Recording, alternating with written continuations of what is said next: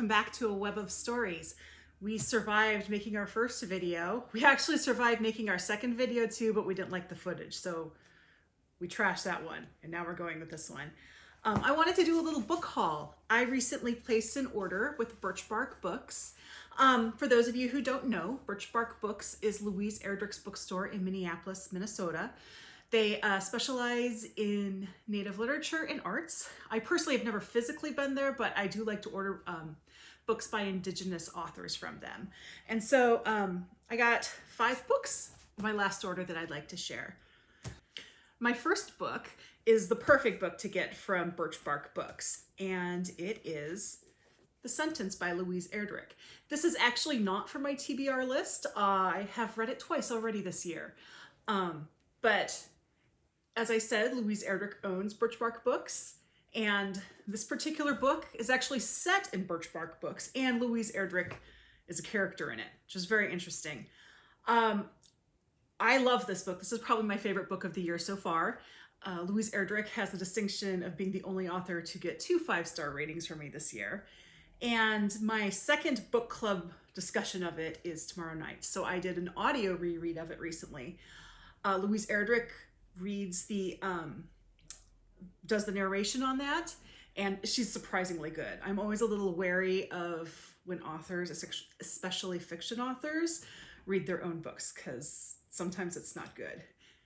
The cool thing about getting Louise Erdrich's books from Birchbark Books is that she signs all the books that you buy for, all the books that she wrote. It'd be weird if she signed books that she didn't write. Oh, I missed it. All the books that she wrote, oh, there it is. It's a signed copy.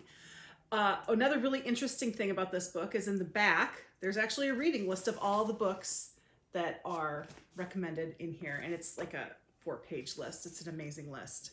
So this one's actually going to go up here on my keeper shelf because I just love this book so much.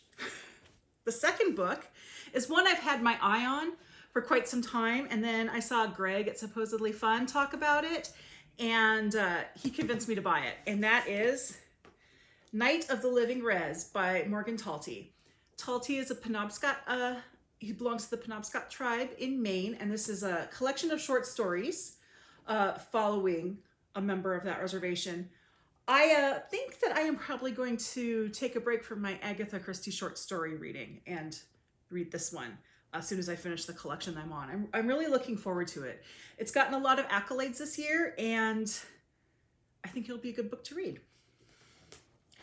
My third book was actually came off of the recommendation list in the back of the sentence, and it is The Hatak Witches by I can't even read the author's name on here. It's Devon, Mihesuah, I think. I'm sorry if I'm pronouncing that wrong. This is a paranormal detective fiction. It looks really good, but I think I'm actually going to hold on to this until next October so I can read it during the next spooky season. I would try to fit it in this year, but I don't think I'm going to have time this particular month to read it. So I think I'm going to put this on the shelf and let it sit there until October 2023. But I'm really looking forward to it. And the author is Choctaw. So this is from a Choctaw author.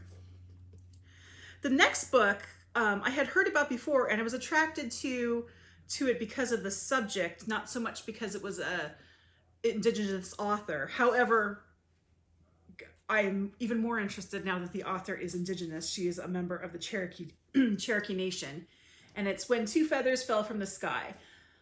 This was set during a time, and I know there's been movies and stories about this, where they had the thing where the girls would ride the horses off the platform and dive down into a pool, which sounds really crazy, but that's what this book is about. So this one should be fun. And then my last book that I got from Birchbark Books is totally an impulse buy, but it looked so intriguing I couldn't pass it up.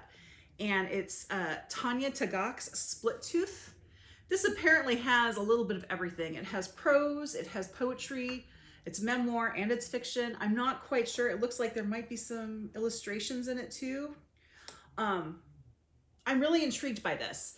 Tagaq is a Canadian Inuit, so I have a variety of different Indigenous authors here, but this one is probably going to come up pretty quickly on my reading list. So that's what I got from Birchbark Books. As I said, I'm looking forward to reading, of the 4 that I have to read, I'm looking forward to reading 3 of them pretty soon. And the other one is probably going to be first up in October 23. So thank you for the time to let me share this with you, and I hope to see you all in my next video. Bye.